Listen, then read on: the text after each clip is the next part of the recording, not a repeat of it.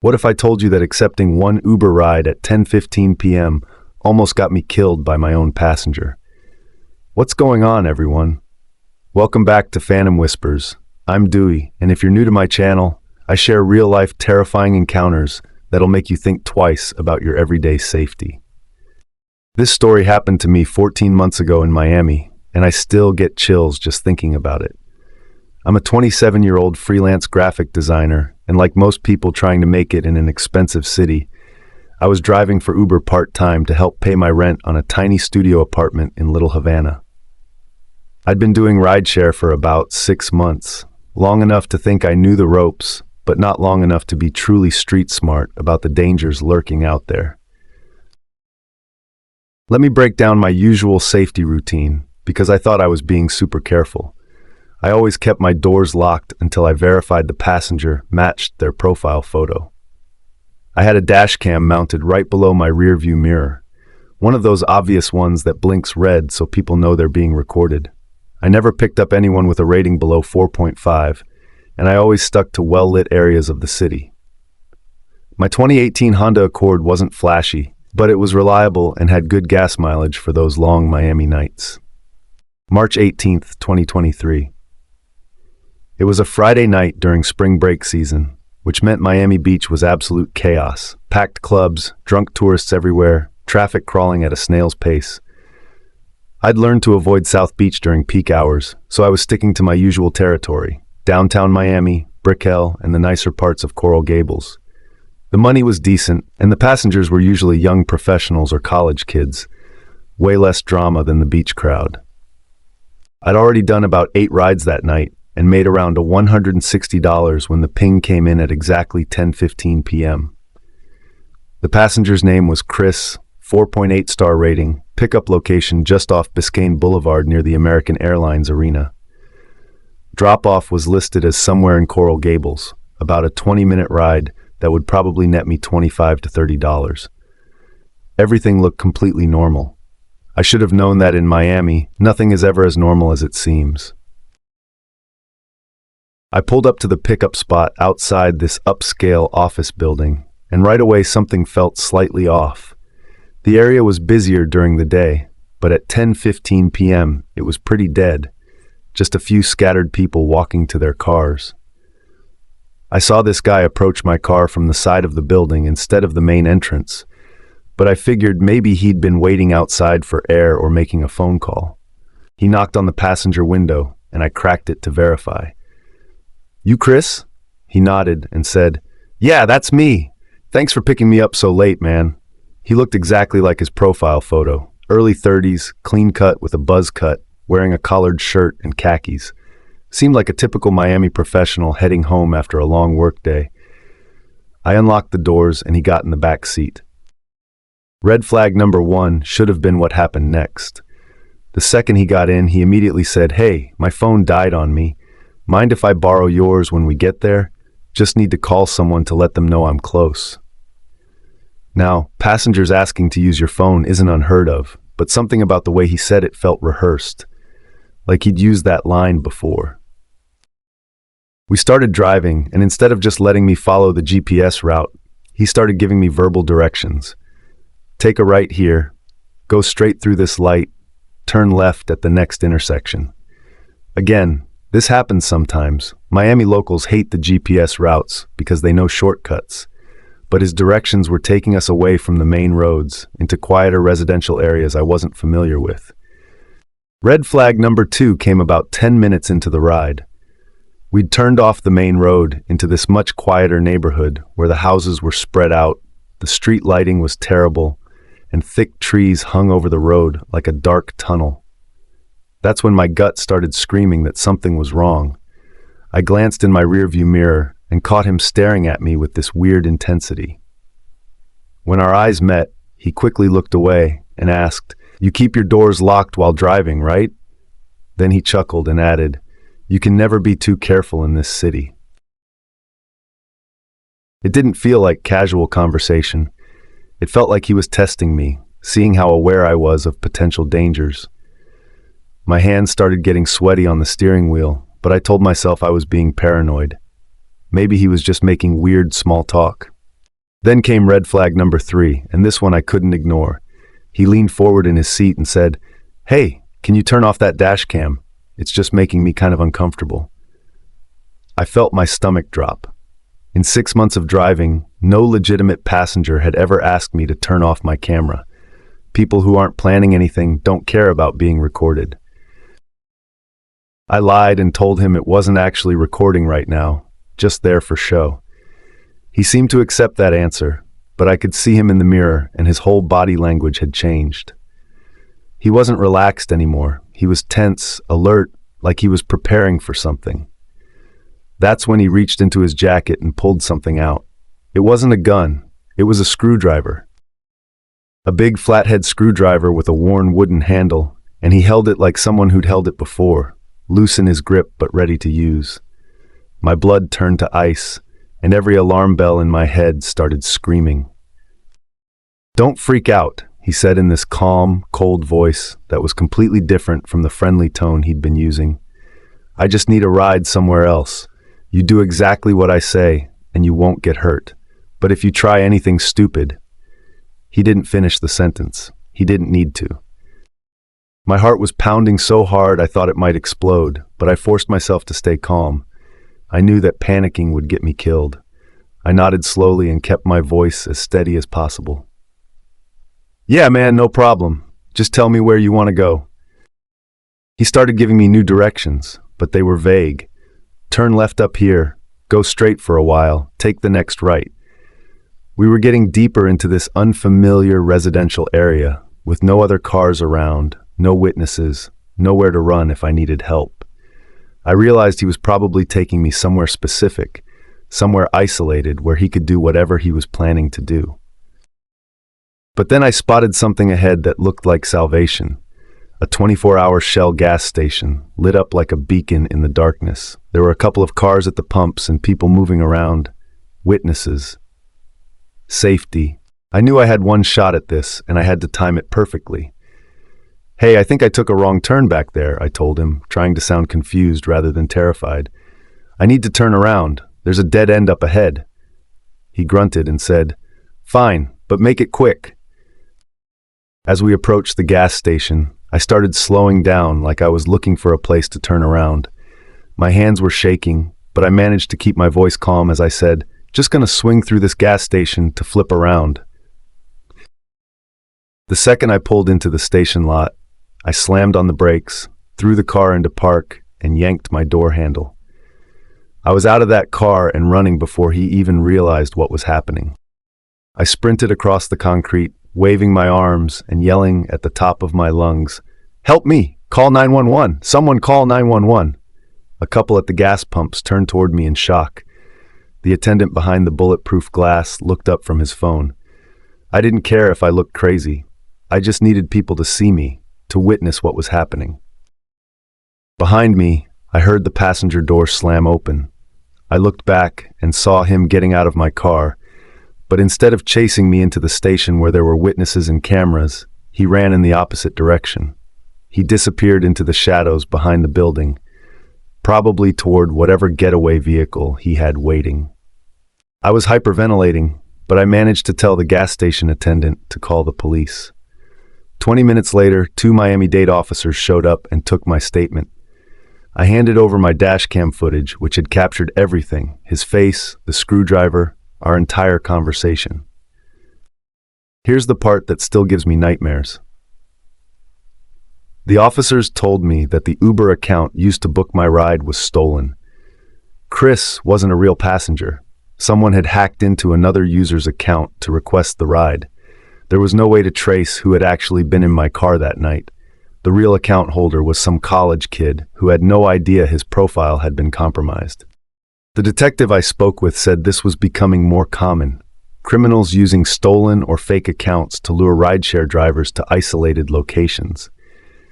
He said I was lucky to be alive, that my quick thinking probably saved my life. But he also said something that haunts me. They'd had 2 similar cases in the past 6 months where the drivers weren't so lucky. One was found beaten and robbed in an abandoned lot. The other was never found at all. I didn't sleep for 3 days after that incident. Every time I closed my eyes, I saw that screwdriver in his hand. I heard his voice change from friendly to threatening. I replayed every moment, wondering what would have happened if I hadn't spotted that gas station, if I hadn't been able to get away. But I also realized that staying calm, buying myself those crucial few seconds, and trusting my gut when something felt wrong, that's what saved my life. I still drive for Uber occasionally, but everything has changed. Now I follow a completely different set of rules, and I want every rideshare driver watching this to know what I learned the hard way. If there's one thing this nightmare taught me, it's that your gut instinct is never wrong. Here are the safety rules I follow now that could save your life. First, never let a passenger dictate your route away from the GPS. If they want to give you shortcuts or better routes, especially ones that take you into isolated areas, end the ride immediately. Legitimate passengers understand when you say you need to stick to the mapped route for safety reasons. Second, if a passenger asks you to turn off your dash cam, that's an immediate red flag. Normal people don't care about being recorded during a routine ride. Only people planning something dangerous want to avoid being caught on camera. Keep that camera rolling no matter what they say. Third, practice your emergency exit strategy. Know exactly where your door handle is, how to unlock your doors quickly, and how to get out of your vehicle fast. When seconds matter, muscle memory can save your life. I actually practice this now. It sounds paranoid, but it works. Fourth, always share your live location with someone you trust. Don't just tell them you're driving. Send them your real-time GPS location and check in regularly. If something goes wrong, they need to know exactly where to tell the police to start looking. Finally, trust those red flags. If a passenger makes you uncomfortable with personal questions, strange requests, or just gives you a bad vibe, don't worry about your rating or the money. End the ride and get them out of your car. Your life is worth more than a 5-star review. I never found out who that man really was or what he planned to do with that screwdriver. But I know one thing for certain. If I hadn't trusted my instincts and made that split-second decision to run, I might not be here telling you this story right now. The scariest part isn't what happened to me. It's how easily it could happen to any driver out there. Every night, thousands of rideshare drivers pick up complete strangers, and most of the time everything's fine. But it only takes one time, one wrong passenger, for everything to go horribly wrong.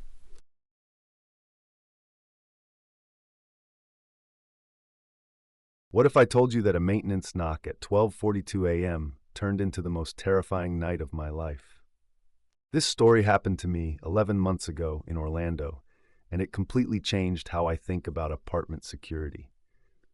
I'm 24, and at the time I was working closing shifts at a Target just off Colonial Drive while trying to save money for my marketing degree. I know what you're thinking, another broke college kid grinding retail to pay bills. You're absolutely right. But what I learned that night is that being young and living alone doesn't just make you broke, it makes you a target.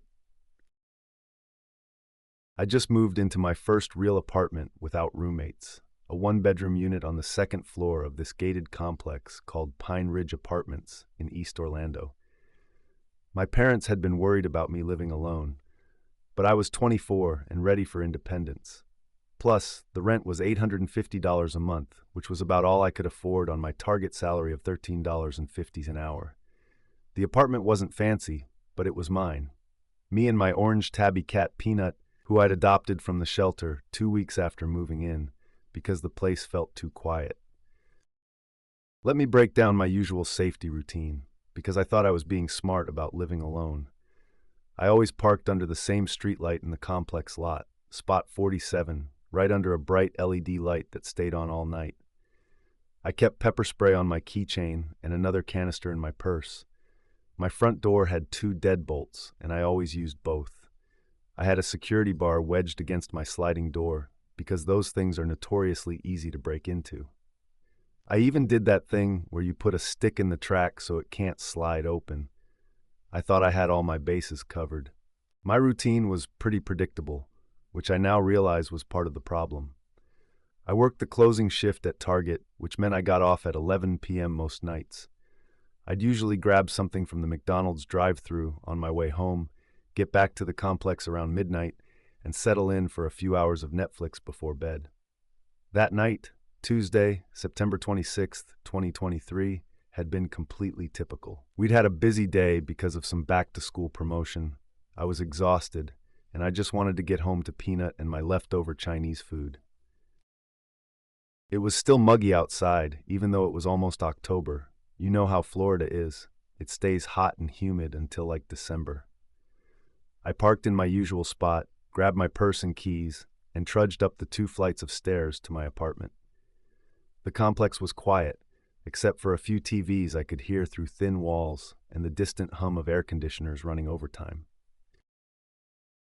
I unlocked both deadbolts, stepped inside, and immediately felt better. Peanut came running to greet me like she always did, purring and rubbing against my legs.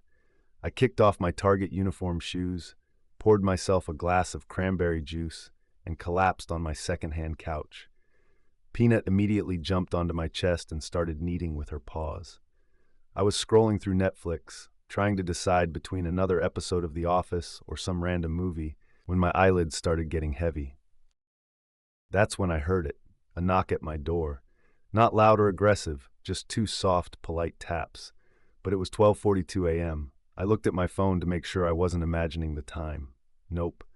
1:45 in the morning. I sat up fast, and Peanut immediately jumped off my chest and onto the floor. She was staring at the front door with her ears pinned back, that flat against her head thing cats do when they're scared or pissed off. Another knock, same rhythm, 2 soft taps. I tiptoed to the peephole, my heart already starting to race.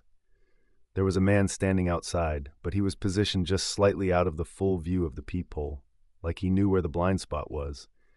I could see he was wearing what looked like a maintenance uniform, dark blue shirt with some kind of logo, khaki pants, work boots. He had an ID badge clipped to his shirt pocket, but it was flipped backwards so I couldn't read it. "Maintenance," he said through the door, his voice calm and professional. "Sorry to bother you so late, but there's a water leak in the unit below you. I need to check your bathroom real quick to see if it's coming from your pipes." I didn't open the door. Something felt wrong, but I couldn't put my finger on what. "It's almost 1 in the morning," I said through the door, not hiding my confusion. "I know, ma'am, and I apologize for the late hour, but the unit downstairs is flooding pretty bad. Water's dripping through their ceiling light fixture. Could be dangerous if it's electrical. I just need to take a quick look at your bathroom plumbing." I looked down at Peanut. Her tail was now puffed out like a bottle brush, and she was doing that thing where cats make themselves look bigger when they sense danger. She was backing away from the door, her eyes wide and pupils dilated. That should have been my first clue. Animals can sense things we can't. But I told myself I was being paranoid. The guy sounded professional, not threatening. The uniform looked real. The badge, even though I couldn't read it, looked official. Maintenance emergencies do happen at weird hours, right? Pipes burst, water heaters fail, stuff like that doesn't wait for business hours. So I cracked the door open, just a sliver, left the chain lock engaged. He leaned in slightly and flipped his badge around so I could see it. It had the Pine Ridge Apartments logo and a photo that looked like him. The name read Mike Stevens with some kind of employee ID number below it. "See, I'm legit," he said with a smile. "Just need 5 minutes to check your bathroom sink and maybe the toilet connections. Then I'll be out of your hair." I hesitated. Every instinct I had was telling me not to let this stranger into my apartment at nearly 1 a.m. But the badge looked real. The uniform looked real. And if there really was a water emergency downstairs, I didn't want to be responsible for someone else's apartment getting flooded or having electrical problems. I closed the door just long enough to unhook the chain, and I opened it. That was the moment I almost got myself killed. He stepped inside quickly, not aggressively, but with purpose, like someone who knew exactly where he was going. He walked right past me and headed down the short hallway toward my bathroom without asking for directions or looking around to get his bearings. Peanut bolted under the couch like a furry orange lightning bolt. I followed him slowly, my unease growing with every step. He went straight to the bathroom and stood at the sink looking at it. But here's what was weird. He didn't have a flashlight, clipboard, tools, or any kind of equipment. He didn't turn on the faucet to check water pressure. He didn't get down to look under the sink. He just stood there, staring. I said from the doorway. I don't hear any water running or dripping. He turned toward me and smiled. It was too wide, too perfect. Something about that smile made every hair on my body stand on end. It didn't reach his eyes, and there was something calculating in his expression that made my stomach drop. Mind if I check the bedroom? He asked, taking a small step toward me. Sometimes the issue is with the wall plumbing behind the bed. That's when I knew for sure something was very wrong. There's no plumbing behind bedroom walls in these apartments. The bathroom and kitchen share a wall on the opposite side of the unit. Even I knew that, and I'm not exactly handy with home repairs.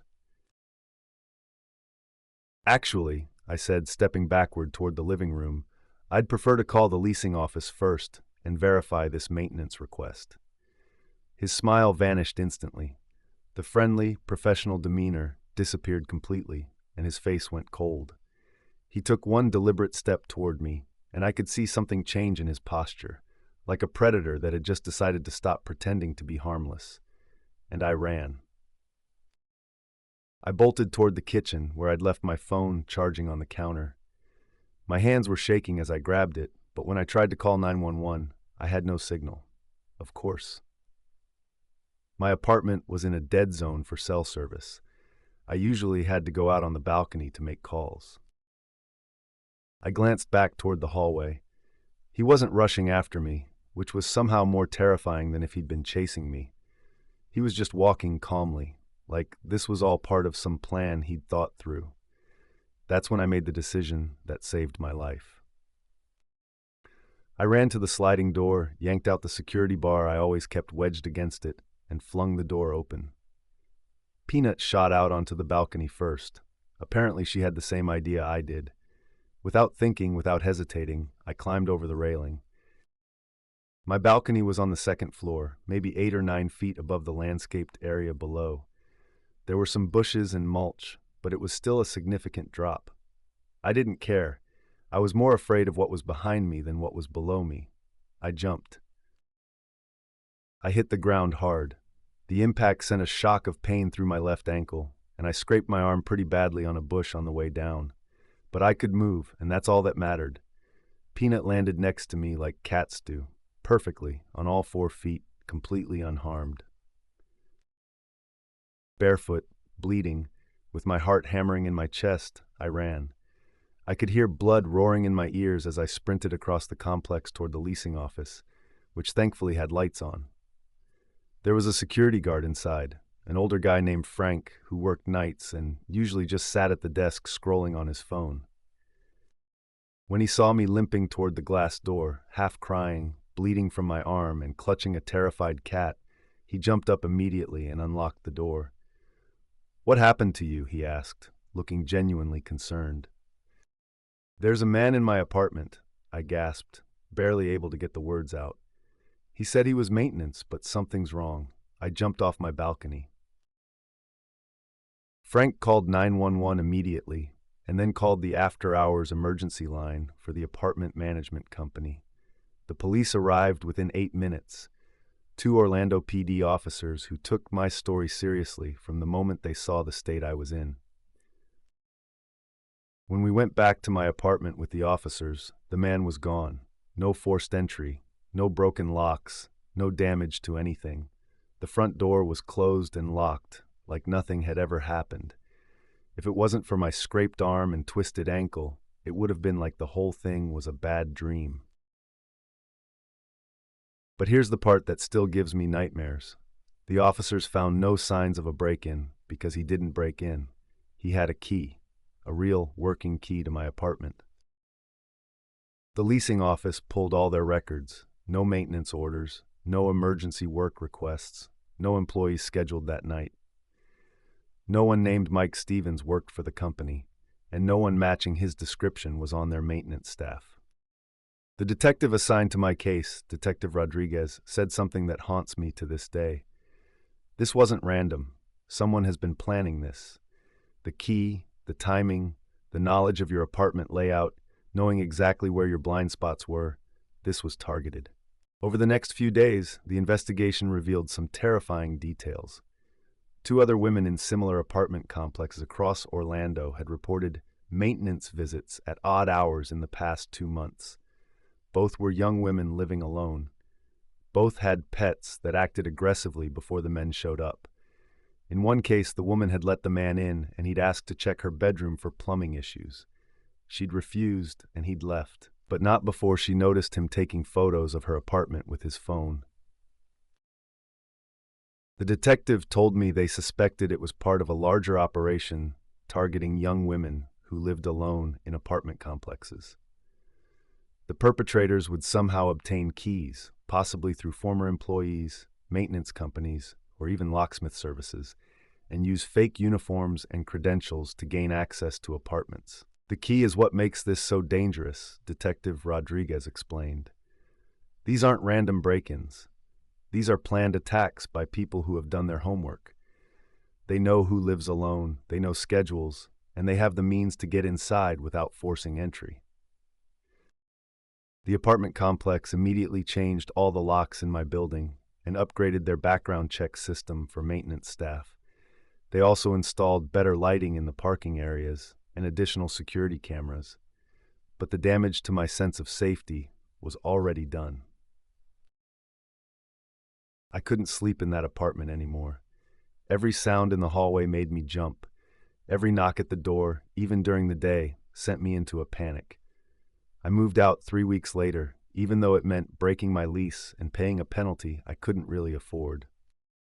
But here's what really haunts me about the whole experience. I found out later that the unit below mine, the one he claimed was flooding, it had been vacant for 4 months. There was no emergency.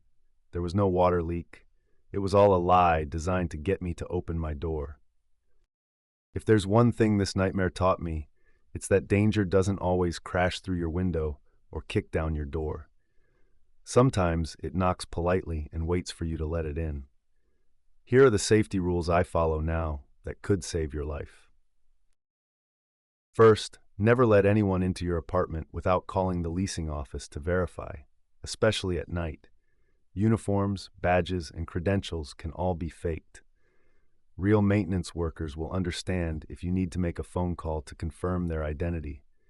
If someone gets annoyed or pushy about verification, that's a red flag. Second, keep physical security devices on every entry point, not just locks. My sliding door security bar gave me a way out when the front door was blocked. Locks can be picked or bypassed if someone has a key, but physical barriers buy you time and options.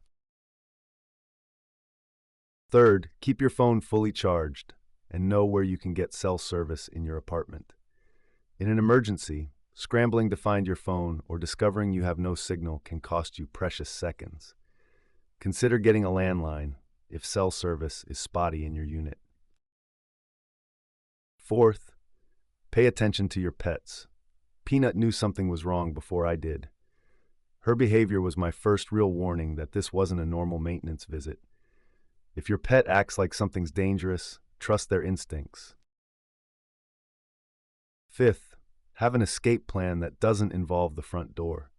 I never thought I'd need to jump off my balcony, but having that security bar readily accessible and knowing how to remove it quickly gave me an option when I needed it most.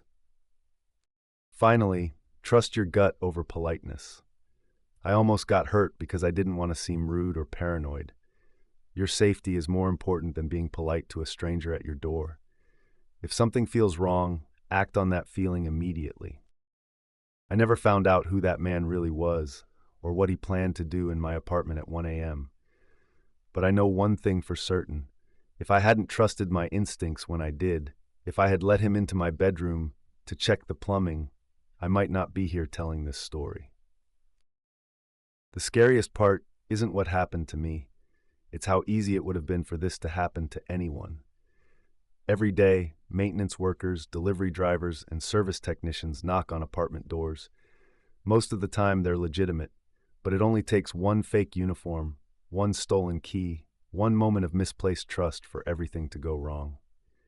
Stay alert, don't be polite when it's unsafe, and never assume you're overreacting, because monsters don't always break in. Sometimes, they wait for you to open the door.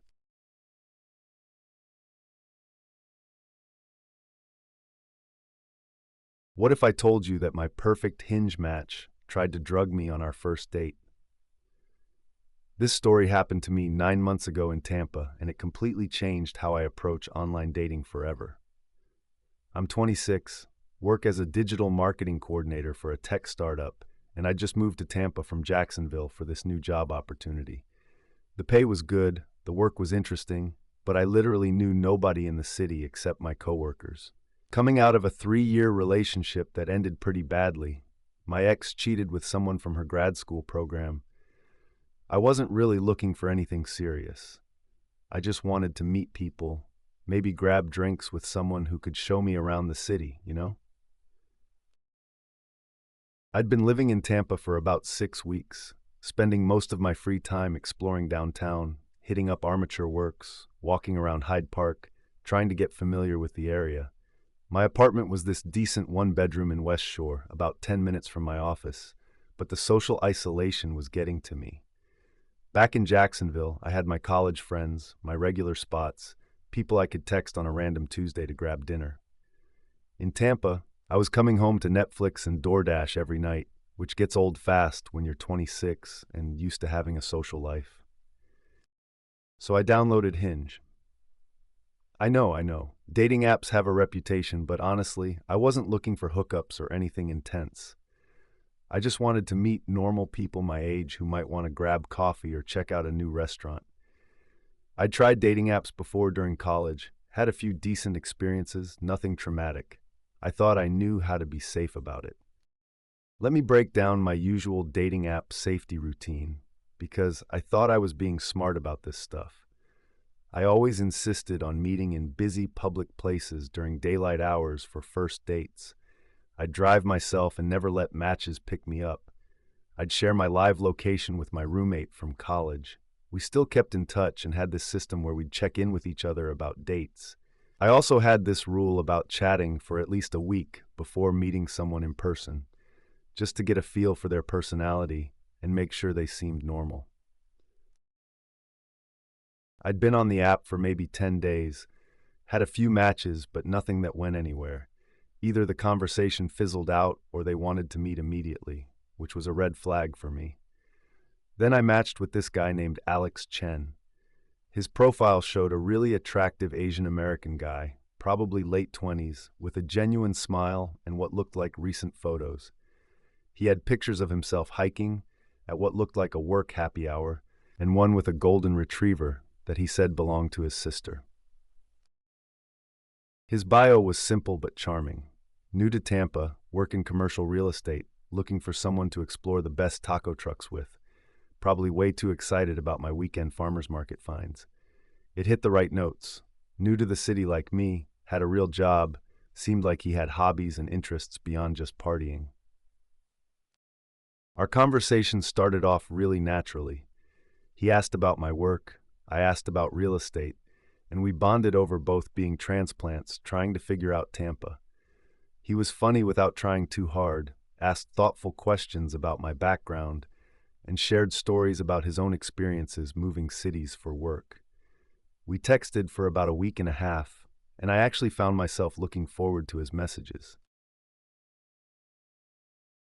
The first small red flag came when he suggested we meet on a Tuesday night.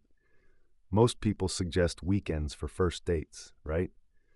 When I mentioned that Tuesday was kind of random, he said he had client dinners most weekends, and Tuesday was actually his Friday because of his schedule. That seemed reasonable. Real estate can have weird hours, and honestly, I appreciated that he was thinking ahead and planning around his work commitments. He suggested this rooftop bar called Sparkman Wharf, which I'd actually heard good things about from coworkers. It's a popular spot, always busy, good food trucks, seemed like a perfect public place for a first meet. But then he said something that should have been a bigger red flag. I live just a few blocks away, so if parking is crazy, we could always just grab a drink at my place instead. I told him I'd prefer to stick with the original plan, and he was totally cool about it, said, of course, whatever makes you comfortable.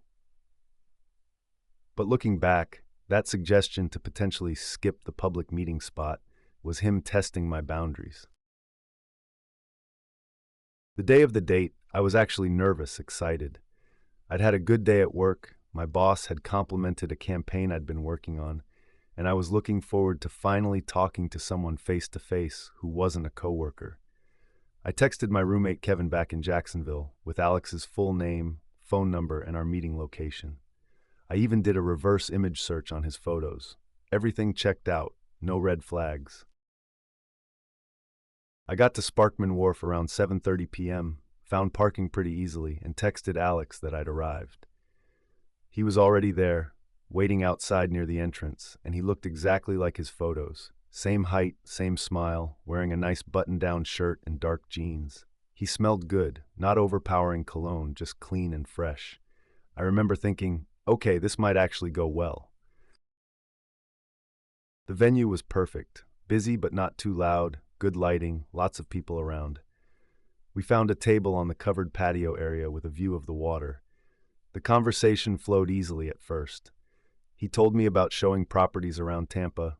I talked about the digital marketing campaigns I was working on. He was attentive, made good eye contact, laughed at my jokes. Nothing felt forced or weird. But then I started noticing little things that didn't quite add up.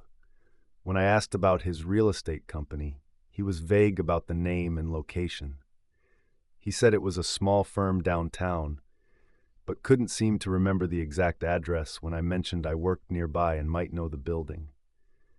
When I asked about his hiking photo, he said it was taken at some trail outside the city, but couldn't remember the name, even though it looked like a pretty distinctive location.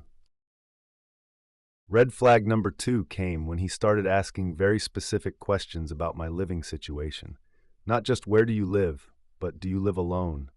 What floor is your apartment on? Do you feel safe in that complex? When I kept my answers vague, he said he was just concerned about safety as a woman living alone in a new city, which seemed sweet at the time, but now feels manipulative. The biggest red flag should have been his insistence on buying all the drinks. I offered to split or alternate rounds, but he was adamant about paying. I asked you out. It's my treat, he said. Normally, I'd appreciate that gesture, but he seemed almost pushy about it, insisting I didn't need to go to the bar with him when he ordered our second round. That's when everything went wrong. I'd had maybe half of my first drink, a margarita that tasted normal, when he came back with our second round. This time he'd gotten me something different, said the bartender recommended their signature cocktail. It was fruity, a little sweet, and I took a few sips while we continued talking. About 10 minutes later, I started feeling off. Not drunk. I'd had like 1.5 drinks total over the course of an hour, and I'm not a lightweight. This was different. My vision started to feel soft around the edges, like everything was slightly out of focus. My thoughts felt sluggish, like there was cotton in my brain. My limbs felt heavy, and I had trouble following the conversation even though Alex was talking about normal stuff. "You okay?" he asked, leaning in closer. "You look a little pale." I tried to shake off the feeling, telling myself maybe I was just tired from work or hadn't eaten enough. But then Alex said something that made my blood run cold. "You know what? Why don't we head back to my place? It's just a few blocks away, and you seem like you might need to sit down somewhere quieter." The way he said it wasn't a suggestion. It was more like a statement, like the decision had already been made, and there was something in his tone, not concerned, but almost satisfied, like this was going according to plan. Every instinct I had started screaming that something was wrong. The timing of me feeling sick right after he brought me that second drink, his pushiness about leaving, the way he was watching my reaction like he was expecting this to happen. Actually, I said, forcing my voice to stay steady, I think I just need to use the bathroom real quick. I stood up carefully, trying not to show how unsteady I felt, and walked toward the restroom. Once I was out of his sight, I pulled out my phone and texted Kevin. Something's wrong. Feel sick suddenly. Call me now. My phone rang within 30 seconds. What's going on? Kevin asked immediately. I think he put something in my drink, I whispered, ducking into the bathroom. I feel really weird, and he's trying to get me to leave with him. Stay on the phone with me, Kevin said. Do not go anywhere with him. Can you get to your car? I told Kevin I'd try, hung up, and splashed cold water on my face. Looking in the mirror, I could see that my pupils were dilated, and my skin looked pale. Whatever Alex had given me was definitely taking effect, but I still had enough awareness to know I needed to get out of there immediately. When I came out of the bathroom, Alex was standing right outside, which startled me.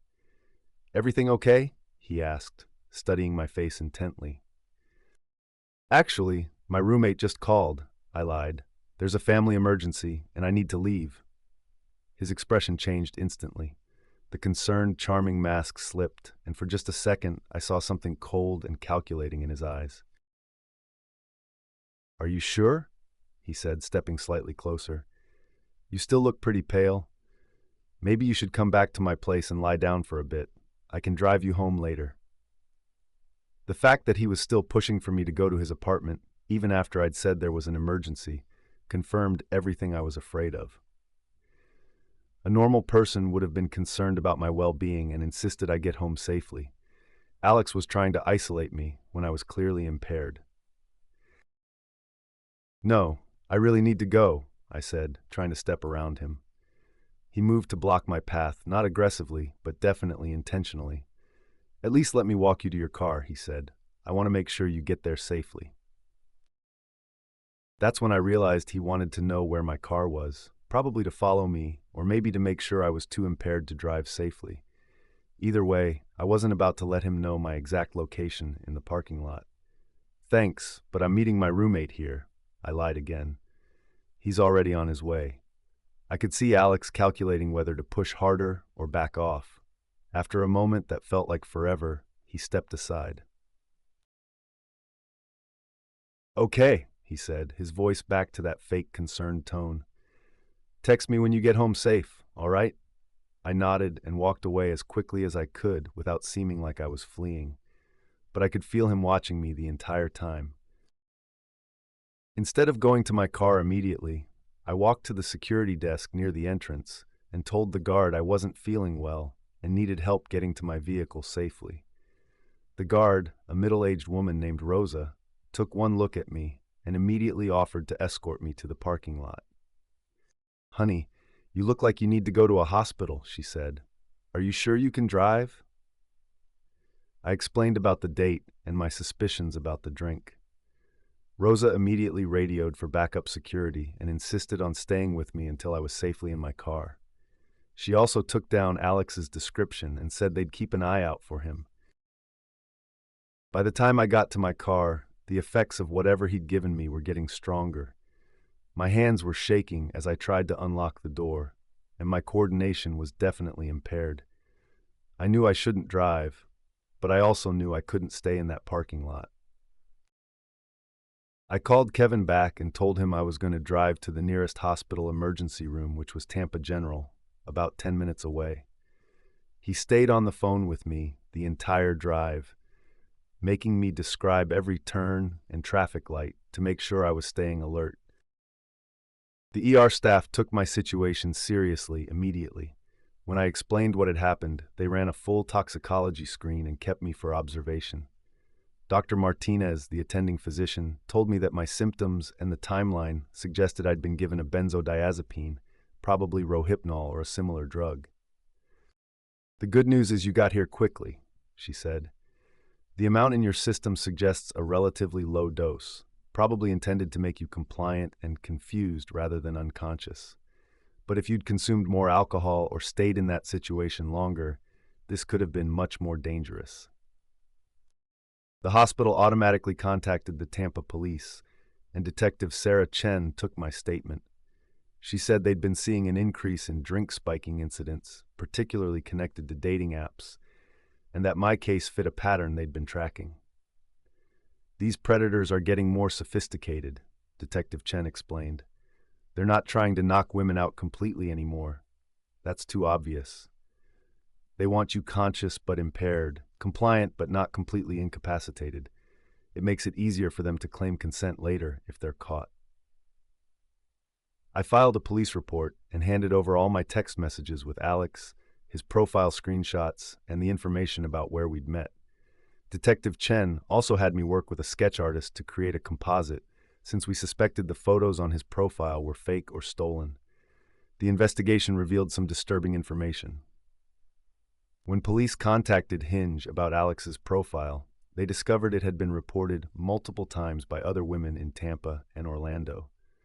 The photos were indeed stolen from a real person's Instagram, a guy named David Chen who lived in California and had no idea his pictures were being used for catfishing. Even more disturbing, Detective Chen told me that they'd arrested someone matching Alex's description 3 weeks later in connection with a sexual assault case in Orlando. The victim in that case had also met her attacker through a dating app, and he'd used the same method, drugging her drink during what seemed like a normal date, then convincing her to come back to his apartment. "You probably saved yourself from a very serious assault," Detective Chen told me during a follow-up call. "Your quick thinking and the fact that you trusted your instincts when something felt wrong, that's what kept you safe." The psychological aftermath was harder than I expected. For weeks after the incident, I had trouble sleeping and felt paranoid about going out alone. I couldn't finish drinks at restaurants without wondering if someone had tampered with them. Dating felt completely off the table. The thought of meeting another stranger online made me physically anxious. I ended up doing a few sessions with a therapist who specialized in trauma recovery. She helped me understand that what I'd experienced was attempted sexual assault, and that the feelings of violation and mistrust I was experiencing were completely normal reactions. "The fact that you're here, safe, talking to me about this shows incredible strength," she told me. "You listened to your instincts when it mattered most. That's not something everyone can do under pressure." It took me about 4 months before I felt comfortable going on dates again, and even now, 9 months later, I follow a completely different set of safety protocols. If there's one thing this nightmare taught me, it's that predators are evolving their tactics faster than we're learning to protect ourselves. Here's what I learned the hard way that could save your life. First, never let someone else handle your drink order, even if they're being polite by paying. Always go to the bar together, watch your drink being made, and carry it yourself. If someone insists on buying drinks without you present, that's a red flag, not chivalry. Second, trust your body's signals immediately. If you start feeling dizzy, confused, or off in a way that doesn't match your alcohol consumption, don't rationalize it away. Get help immediately and get somewhere safe. Date rape drugs work fast, and you have a narrow window to act. Third, have a detailed safety plan with someone you trust. Don't just share your location. Give them the person's full name, phone number, and specific meeting details.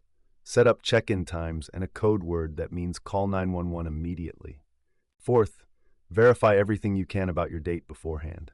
Reverse image search their photos, look up their claimed workplace, ask specific questions about details they've shared. Real people can provide real details. Catfishers rely on vague answers and deflection. Fifth, meet only in busy, well-lit public places where you control the transportation. Never go to someone's house, let them pick you up, or agree to quiet locations for first dates. If someone pushes back on meeting in public, that's a red flag. Finally, trust your instincts over politeness. If something feels wrong, don't worry about seeming rude or paranoid. Leave immediately. Your safety is more important than a stranger's feelings, and real good people will understand and respect your boundaries. I never found out Alex's real name or what he planned to do once he got me to his apartment. But based on what Detective Chen told me about the other cases, I know it wouldn't have been good. If I hadn't trusted that sick feeling in my stomach and found a way to get help, I might not be here telling this story. The scariest part isn't what happened to me, it's how easily it could happen to anyone. Dating apps have made meeting people more convenient, but they've also made it easier for predators to find victims. Every day, thousands of people go on first dates with people they met online, and most of the time everything's fine. But it only takes one fake profile, one spiked drink, one moment of misplaced trust for everything to go horribly wrong. Don't let my experience scare you away from dating, but please learn from my mistakes. Do your research, trust your instincts, and never ignore those little warning signs that something might be off. Because monsters don't always look like monsters. Sometimes they look like the perfect match on your dating app. Drop your thoughts in the comments, smash that like button if this story taught you something, and make sure you're subscribed to Phantom Whispers with notifications on. Because here's the thing, if I hadn't woken up that night, if I hadn't called 911, if I hadn't had that deadbolt locked, I don't think I'd be here telling you this story. Stay alert, stay aware, stay alive, Phantom Whispers family. Until next time.